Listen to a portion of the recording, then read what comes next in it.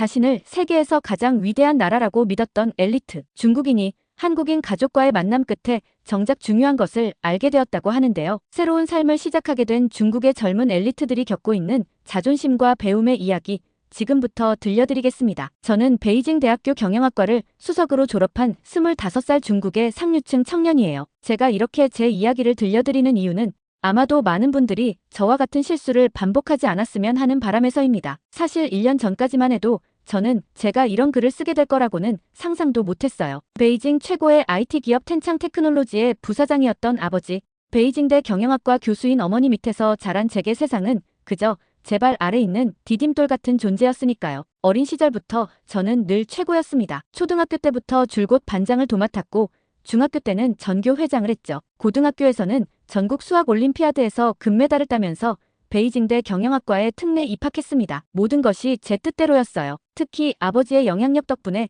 저는 어디를 가든 VIP 대우를 받았습니다. 양아, 넌 태어날 때부터 남다른 아이였어. 내가 태어났을 때 벌써 세 채의 집이 4명이로 되어 있었잖니. 어머니는 늘 이렇게 말씀하시곤 했죠. 어쩌면 그때부터 저는 제가 특별하다고 믿기 시작했는지도 모릅니다. 매일 아침 아버지의 롤스로이스를 타고 등하교를 했고 방학 때마다 유럽과 미국을 다니며 휴가를 보냈어요. 돈이면 안 되는 게 없다는 걸 어린 시절부터 배웠던 거죠. 대학 시절의 제 모습은 더했습니다. 구찌와 루이비통으로 가득 찬 옷장, 람보르기니, 우라칸, 매일 밤 왕푸징 최고급 레스토랑에서의 식사가 일상이었어요. 같이 수업을 듣는 학생들이 기숙사에서 컵라면을 먹으며 아르바이트를 하는 동안 저는 VIP 라운지에서 1982년산 로마네 콩티를 마시며 과제를 했죠. 친구들은 저를 황태자라고 불렀어요. 텐창 테크놀로지가 중국 IT 업계에서 가장 핫한 기업이었으니까요. 아버지는 매년 1000억 위안 규모의 프로젝트를 진행하셨고 저는 그분의 후계자로 점쳐졌습니다. 류양, 내 아버지가 누구신지 알아? 넌 태어날 때부터 금수저야. 나중에 회사 물려받으면 나도 좀 챙겨줘. 그때 저는 이런 말들이 당연하게 들렸어요. 그래요. 저는 특별했습니다. 적어도 그때까지는요. 하지만 인생이란 게 참 무서운 것 같아요. 작년 겨울 모든 것이 하루아침에 바뀌었습니다. 아버지의 회사가 갑자기 파산 신청을 했다는 뉴스가 전해졌죠. 중국 정부의 IT 기업 규제 강화와 미중 무역 갈등 속에서 회사가 무리하게 확장을 시도했다가 실패한 겁니다. 아버지, 이게 무슨 일이에요? 지난달만 해도 회사가 잘 나간다고 하시지 않았나요? 집으로 달려갔을 때 아버지는 서재에 홀로 앉아 계셨습니다. 평소 늘 당당하시던 모습은 온데간데 없고 그저 깊은 한숨만 내쉬고 계시더군요. 알고 보니 상황은 제가 생각한 것보다 훨씬 심각했어요. 회사는 지난 2년간 정부 감사에서 부정한 자금 운용이 적발되었고 거기에 무리한 해외 투자 실패까지 겹치면서 부채가 눈덩이처럼 불어난 상태였습니다. 설상가상으로 아버지에 대한 배임 혐의 수사까지 시작되었죠. 양아, 미안하다. 아버지가 내게 이런 모습을 보여서 내일이면 모든 언론에서 이 소식을 다룰 거야. 그날 밤 처음으로 아버지의 눈물을 봤습니다. 다음 날부터 우리 집은 전쟁터가 되었어요. 채권자들이 매일같이 찾아왔고 기자들은 우리 집 앞에서 진을 치고 있었죠. 한 달도 안 돼요. 우리가 살던 왕징의 고급 빌라도 압류되었습니다. 가장 충격적이었던 건 주변 사람들의 태도였어요. 전에는 늘 친근하게 대하던 사람들이 하나둘 등을 돌리기 시작했습니다. 특히 아버지의 사건이 중국 최대 경제 스캔들로 떠오르면서 상황은 더욱 악화되었죠. 심지어 가장 친하다고 생각했던 대학 동기들조차 저를 피하기 시작했어요. 한때 절친이라고 생각했던 장외인은 제 카톡을 차단했고 매일 함께 술을 마시던 리밍은 제가 전화해도 받지 않았습니다. 그제서야 깨달았어요. 그들이 좋아했던 건 저라는 사람이 아니라 제가 가진 것들이었다는 걸요. 하지만 저는 여기서 무너질 수 없었습니다. 베이징에서는 더 이상 희망이 없었지만 새로운 시작을 해야만 했어요. 그러던 중 우연히 중국 경제 전문지 차이나 비즈니스에서 동남아시아의 사업 기회에 대한 기사를 보게 되었습니다. 특히 필리핀은 중국의 1대1로 정책으로 인해 중국인들에 대한 선호도가 높다고 했죠. 게다가 마닐라의 부동산 개발 붐이 한창이라 투자 기회가 넘친다는 내용이었어요. 어머니가 주신 마지막 비상금 50만 위안으로 저는 새로운 시작을 결심했습니다. 한때 중국 최고의 엘리트였던 제가 이제는 필리핀이라는 낯선 나라에서 모든 것을 처음부터 시작해야 하는 상황이 된 거죠. 그래도 저는 자신 있었어요. 아니, 자신 있어야만 했습니다. 여전히 제가 특별하다고 믿었거든요. 베이징대 출신의 제가 필리핀 같은 곳에서 성공하지 못할 리가 없다고 생각했죠. 인천공항에서 필리핀행 비행기를 기다리는 동안 저는 마지막 남은 신용카드로 면세점에서 쇼핑을 했습니다. 파산 과정에서 대부분의 카드가 정지되었지만 어머니 명의로 된 이 카드만은 아직 살아있었거든요. 류양 도련님, 이 루이비통 한정판 가방은 어떠세요? 마닐라에서도 이런 건 구하기 힘들 텐데. 점원의 말에 저는 망설임 없이 카드를 꺼냈습니다. 아직도 제가 예전의 저라고 착각했나 봐요. 하지만 카드 결제가 거절되면서 민망한 상황이 벌어졌죠. 죄송합니다만 카드가 한도 초과라고 나오네요. 점원의 말에 얼굴이 화끈거렸습니다. 예전 같았으면 상상도 할 수 없는 일이었죠. 결국 저는 남은 현금으로 간단한 선물 몇 개만 구입할 수밖에 없었어요. 니노이 아키노 국제공항에 도착했을 때는 이미 저녁이었습니다. 제가 예약한 솔레어 리조트는 마닐라에서 가장 비싼 곳 중 하나였어요. 적어도 첫인상만큼은 완벽해야 한다고 생각했거든요. 웰컴 투 솔레어 리조트, 미스터 류. 리조트 직원이 절 맞이했지만 뭔가 부족했어요. 예전 베이징에서는 제 이름만 대면 지배인이 직접 나와서 맞이했는데 말이죠. 체크인 카운터로 향하는 동안 저는 은근히 불만이 쌓였습니다. 저는 VIP 스위트룸을 예약했는데요. 네, 확인해 보겠습니다. 죄송하지만 선결제가 필요합니다. 또다시 카드 결제가 거절되었어요. 이번에는 아예 카드가 정지되었다는 메시지가 떴습니다. 어머니께서 더 이상 카드값을 감당할 수 없으셨나 봅니다. 현금으로 하겠습니다. 비상금에서 3박 7일 먼저 결제했어요. 예전 같았으면 한 달을 묵어도 눈 하나 깜짝하지 않았을 텐데 이제는 하루하루가 부담되는 상황이 되어버렸네요. 방에 들어가자마자 저는 룸서비스를 불렀습니다. 최고급 와인과 스테이크를 주문했죠. 하지만 이번에도 문제가 생겼어요. 죄송합니다, 손님. 하지만 객실 신용한도가 설정되어 있어서. 뭐라고요? 제가 누군지 알아요? 난 베이징대. 말을 하다가 문득 멈췄습니다. 그래요. 이제 제가 누구든 아무런 의미가 없었어요. 결국 현금으로 지불하고 절반의 메뉴만 주문할 수 있었죠. 다음 날 아침 저는 리조트의 프리미엄 라운지를 찾았습니다. VIP 고객을 위한 특별한 공간이라고 들었거든요. 죄송하지만 이곳은 플래티넘 멤버십 고객 전용입니다. 제 방은 VIP 스위트룸이에요. 당연히 입장할 수 있는 거 아닌가요? 객실 등급과 멤버십은 별개입니다. 멤버십은 별도로 가입하셔야. 저는 참을 수 없는 모욕감을 느꼈어요. 베이징에서는 상상도 할 수 없는 일이었습니다. 화가 난 저는 목소리를 높였죠. 당신들이 얼마나 큰 손님을 놓치는지 알아요? 내가 중국에서 얼마나. 그때였어요. 옆에서 한 한국인 가족이 조용히 멤버십 카드를 보여주며 라운지에 들어가는 모습이 보였습니다. 그들은 특별한 말 없이도 완벽한 서비스를 받고 있었어요. 결국 저는 일반 레스토랑으로 발걸음을 돌릴 수밖에 없었습니다. 아침 식사를 하는 동안 계속해서 제 자존심이 상처받는 기분이었어요. 옆 테이블의 서양인 가족들이 저를 힐끔거리며 수군거리는 것 같았거든요. 그날 오후 수영장에서 또 다른 사건이 벌어졌습니다. 제가 선배들을 요구했는데 이미 예약이 되어 있다는 거예요. 여기 돈 얼마면 되는 거죠? 내가 2배로 낼게요. 주머니에서 현금을 꺼내 보이며 말했지만 직원은 고개를 저었습니다. 죄송합니다만 그건 규정상 불가능합니다. 순간 저도 모르게 화가 났어요. 바닥에 지갑을 던지며 소리를 질렀죠. 이게 뭐야? 당신들이 얼마나 큰 손님을 우습게 보는 거야. 하지만 제 소란에도 주변 사람들은 그저 불편한 표정으로 절 바라볼 뿐이었습니다. 오히려 제가 더 망신을 당하는 상황이 되어버렸죠. 그날 밤 거울 앞에 선 제 모습이 처음으로 낯설게 느껴졌어요. 비록 VIP 스위트룸이지만 이제는 그저 한정된 현금으로 버티는 가짜 VIP일 뿐이었으니까요. 휴대폰을 보니 어머니에게서 메시지가 와 있었습니다. 양아, 카드는 어쩔 수 없었다. 이제 내 힘으로 살아가야 할 때야. 그래요. 더 이상 돈으로 모든 걸 해결할 수 있다고 믿었던 예전의 제가 아니었습니다. 하지만 그때의 저는 아직도 이 사실을 받아들일 준비가 되어 있지 않았어요. 다음 날 아침 저는 리조트 바에서 우연히 중국인 사업가를 만났습니다. 그는 필리핀에서 10년째 관광 사업을 하고 있다고 했어요. 처음에는 반가운 마음에 대화를 시작했지만 그가 들려준 이야기는 제게 큰 충격을 주었습니다. 류양 씨, 여기서 중국인 관광객 상대로 사업한 지 10년 됐는데 요즘은 솔직히 포기하고 싶을 때가 많아요. 그의 말에 저는 의아했습니다. 중국인들이 가장 큰 손님 아닌가요? 제 질문에 그는 씁쓸한 미소를 지었어요. 맞아요. 돈은 제일 많이 쓰죠. 하지만 그게 다예요. 직원들 이직률이 너무 높아서 문제예요. 중국인 관광객만 전담하는 직원은 3개월을 버티기 힘들어해요.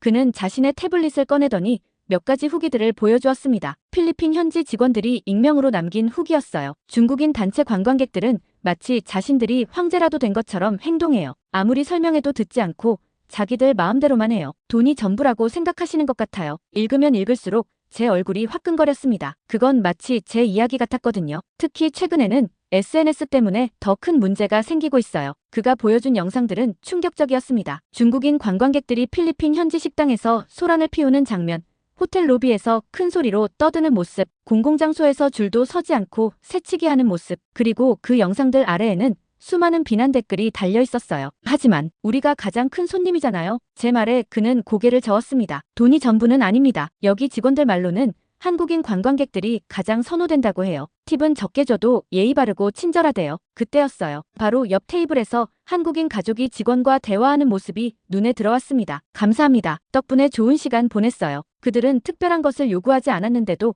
오히려 직원들이 더 적극적으로 서비스를 제공하는 게 보였어요. 웃음소리가 끊이지 않았고 마치 오랜 친구처럼 보였죠. 사업가는 계속해서 이야기했습니다. 지난주에는 중국인 단체 관광객들이 뷔페 레스토랑에서 큰 소동을 벌였어요. 음식이 부족하다고 주방장에게 소리를 지르고 결국 경찰까지 출동했죠. 그건 일부 사람들의 이야기겠죠? 하지만 그는 단호하게 말했습니다. 문제는 빈도입니다. 이런 일이 너무 자주 일어나요. 제가 운영하는 투어 프로그램에서도 비슷한 일들이 매일 일어나고 있어요. 그는 자신의 휴대폰을 다시 꺼내 보여주었습니다. 현지 가이드들의 단체 채팅방이었어요. 오늘도 중국인 단체 너무 힘들어요. 또 노쇼했네요. 예약금도 안 내고 아무리 설명해도 규칙을 무시해요. 심지어 중국계 가이드들조차 중국인 관광객 안내는 기피한다니까요. 저는 할 말을 잃었습니다. 그동안 제가 얼마나 비슷한 행동을 해왔는지 떠올랐거든요. 체크인 때 일으킨 소동, 수영장에서의 행동, 그때의 제 모습이 부끄러워졌어요. 류양 씨, 우리나라가 경제적으로 성장한 건 사실이에요. 하지만 그게 우리에게 특권을 주는 건 아니죠. 그의 말이 가슴에 깊이 박혔습니다. 밤이 되어 방으로 돌아온 저는 오늘 하루 있었던 일들을 곰곰이 생각해 보았어요. 창밖으로 보이는 마닐라의 야경은 여전히 아름다웠습니다. 하지만 제 마음은 복잡했어요. 그동안 제가 믿어왔던 모든 것들이 흔들리는 것 같았거든요. 휴대폰을 열어 그동안의 제 SNS 게시물들을 보았습니다. 고급 레스토랑에서 찍은 사진들, VIP 라운지에서의 인증샷, 그리고 그 밑에 달린 오만한 코멘트들. 처음으로 제가 다른 사람들 눈에 어떻게 보였을지 상상해 보았어요. 아마도 저도 그들이 말한 예의 없는 중국인 관광객 중 한 명이었겠죠. 베개에 기대 앉아 깊은 한숨을 내쉬었습니다. 이제야 알 것 같았어요. 제가 가진 돈이나 지위가 아니라 제 행동과 태도가 사람들의 시선을 결정한다는 걸요. 하지만 이런 깨달음이 제 행동을 바로 바꾸지는 못했습니다. 아직은 받아들이기 힘든 현실이었으니까요. 그래도 이날의 대화는 제 인생의 큰 전환점이 되었어요. 비록 천천히지만 변화는 시작되고 있었던 겁니다. 다음 날 아침, 저는 평소보다 일찍 일어났습니다. 어제의 대화가 계속 머릿속에 맴돌았거든요. 아침 식사를 하러 레스토랑에 들어섰을 때 제 시선을 사로잡는 한 가족이 있었어요. 여보, 우리 이번에는 현지 직원분들한테 한국 과자 선물하는 게 어때요? 한국인 가족이었습니다. 어제 VIP 라운지에서 보았던 그 가족이에요. 아버지는 50대 초반으로 보였고 어머니와 고등학생 정도로 보이는 딸이 있었죠. 아버지, 저번에 민지 이모가 필리핀 와서 그렇게 했다고 하셨잖아요. 직원분들이 되게 좋아하셨대요. 특이한 건 그들의 대화하는 모습이었어요. 마치 오랜 친구처럼 직원들과 자연스럽게 웃으며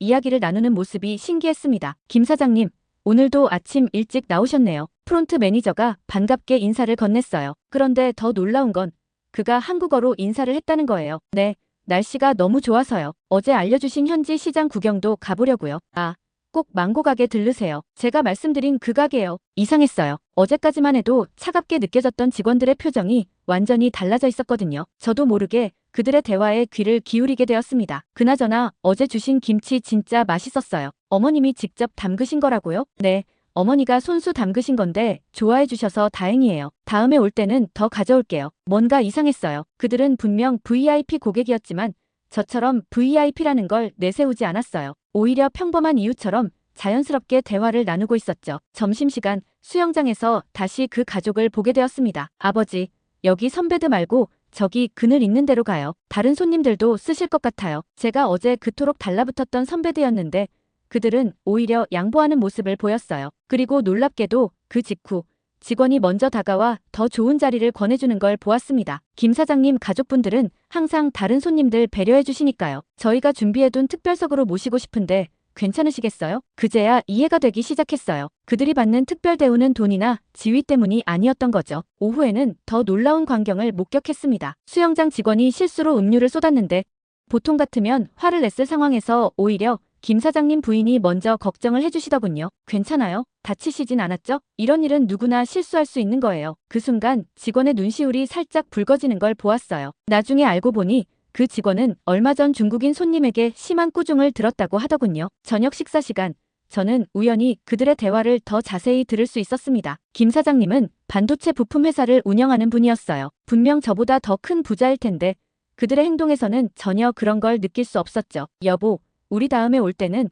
직원분들이랑 같이 식사하는 것도 좋을 것 같아요. 다들 너무 친절하게 해주시잖아요. 그러게요. 우리가 편하게 쉴 수 있는 건 다 이분들 덕분이니까요. 그들의 대화를 들으며 저는 깊은 생각에 잠겼어요. 제가 그토록 바라던 VIP 대우를 그들은 자연스럽게 받고 있었습니다. 하지만 그들은 그것을 당연하게 생각하지 않았어요. 오히려 감사해하고 더 배려하려 노력했죠. 방으로 돌아와 거울 앞에 섰습니다. 똑같은 VIP 스위트룸에 묵고 있지만 우리는 너무나 다른 대우를 받고 있었어요. 그리고 그 이유가 점점 명확해지기 시작했습니다. 휴대폰을 열어 아버지께 문자를 보냈어요. 아버지, 우리가 잃어버린 게 돈만은 아니었던 것 같아요. 답장은 오지 않았지만 처음으로 제 마음이 편안해지는 것을 느꼈습니다. 뭔가를 깨달았다는 건 아마도 변할 수 있다는 의미겠죠. 다음 날부터 저는 김 사장님 가족의 행동을 자세히 관찰하기 시작했습니다. 그들이 받는 특별한 대우의 비결을 알고 싶었거든요. 체크리스트까지 만들어가며 그들의 행동을 연구했죠. 첫 번째로 시도한 건 그들처럼 미소 짓기였어요. 아침 식사를 하러 가면서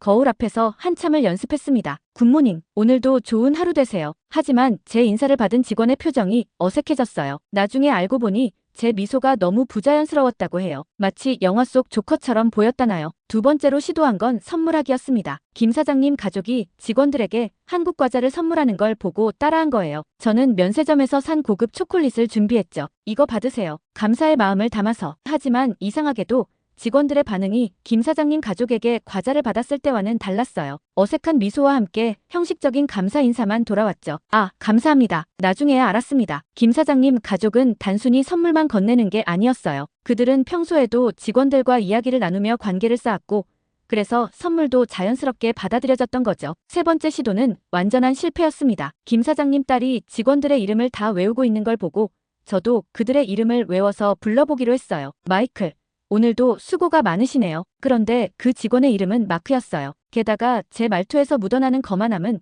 어쩔 수 없었나 봅니다. 오히려 더 서먹한 분위기가 되어버렸죠. 특히 충격적이었던 건 제가 모방하려 했던 모든 행동들이 김 사장님 가족에게는 너무나 자연스러운 일상이었다는 거예요. 그들은 연습하지 않았어요. 그저 평소에 하던 대로 행동했을 뿐인데 그게 가장 완벽한 매너가 되었던 거죠. 아빠, 마크 씨 동생이 이번에 대학에 합격했대요. 어머, 정말요? 축하드려야겠네요. 그들은 직원들의 일상적인 이야기까지 관심을 가지고 들어주었어요. 제가 한 번도 생각하지 못했던 방식이었죠. 어느 날은 김 사장님 부인이 리조트 주방장과 이야기를 나누는 걸 보았습니다. 현지 음식 레시피를 공유하고 서로의 문화에 대해 이야기하는 모습이 마치 오랜 친구 같았어요. 이 아돌보 레시피는 정말 특별하네요. 우리나라 찜닭과 비슷하면서도 다른 것 같아요. 그들의 대화에는 어떤 계산도 어떤 거짓도 없었습니다. 순수한 관심과 존중이 있을 뿐이었죠. 실패를 거듭하면서 저는 깨달았어요. 매너는 배우는 게 아니라 자연스럽게 우러나오는 것이라는 걸요. 김 사장님 가족의 행동은 그저 좋은 서비스를 받기 위한 수단이 아니었어요. 그들에게는 그게 당연한 일상이었던 거죠. 특히 인상 깊었던 건 마지막 날이었어요. 체크아웃 때 직원들이 자발적으로 나와 그들을 배웅했거든요.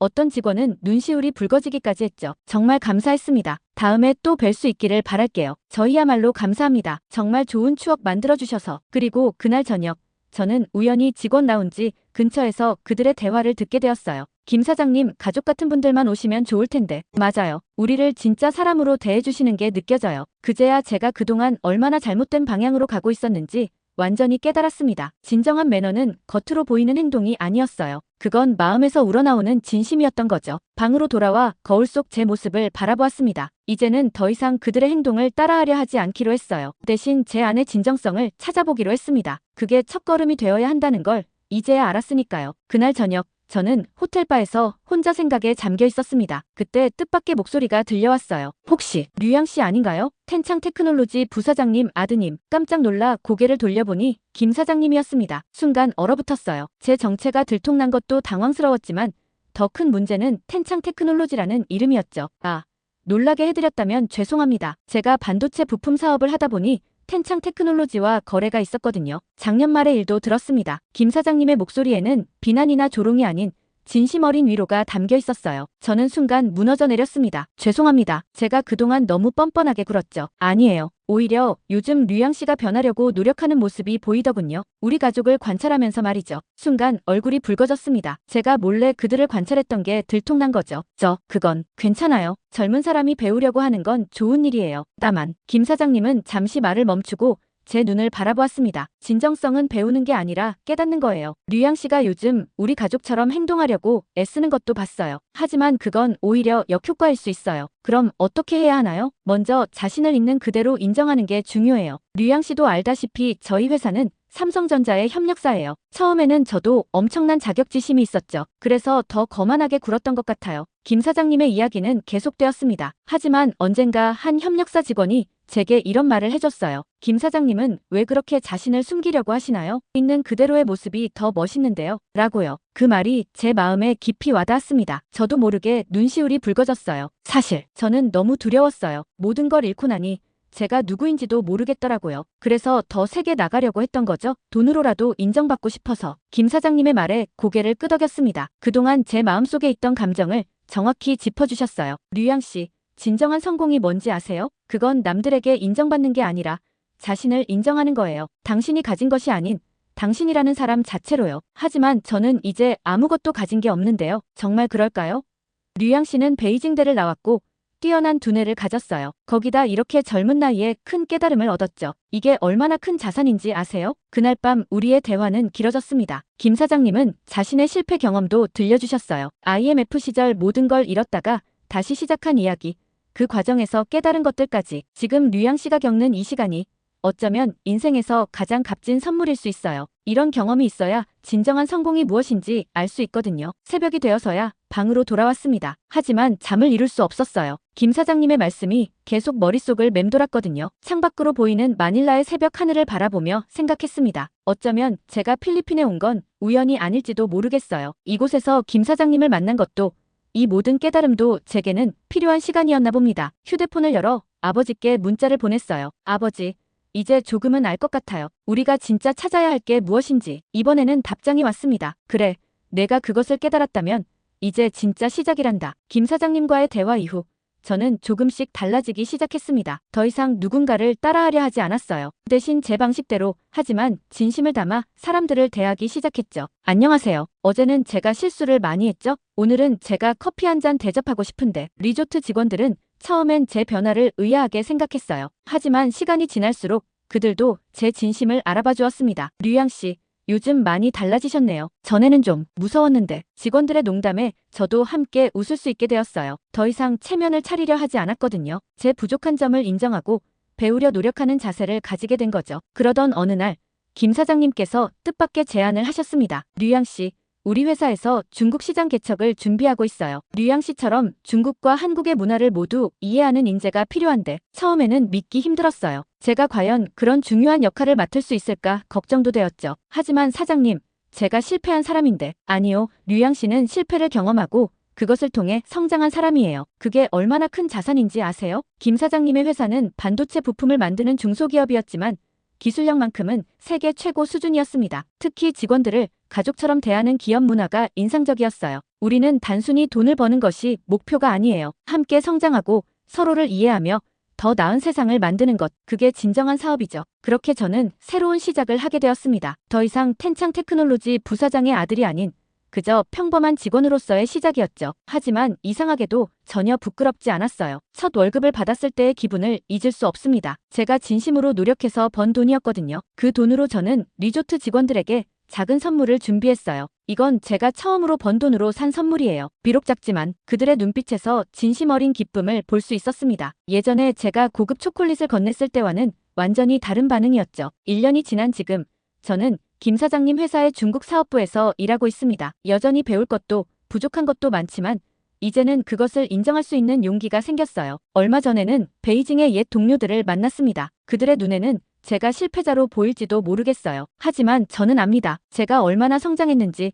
그리고 진정한 성공이 무엇인지를. 이제 아버지 회사는 어떻게 되었나요? 아직 회생 절차 중이에요. 하지만 이제는 알아요. 우리가 잃어버린 건 돈이 아니었다는 걸요. 필리핀에서의 그 시간은 제게 인생의 전환점이 되었습니다. 돈과 권력으로 사람들을 대하던 제가 이제는 진심으로 소통하는 법을 배웠으니까요. 지금도 가끔 필리핀의 그 리조트를 생각합니다. 그곳에서 만난 사람들, 그리고 그들에게 배운 소중한 가치들, 그것이야말로 제 인생에서 가장 값진 자산이 되었습니다. 이제 저는 압니다. 진정한 성공이란 남들에게 보여주기 위한 것이 아니라 자신의 내면에서 찾아야 하는 것이라는 걸요. 그리고 그 여정은 지금도 계속되고 있습니다. 오늘의 사연은 여기까지인데요.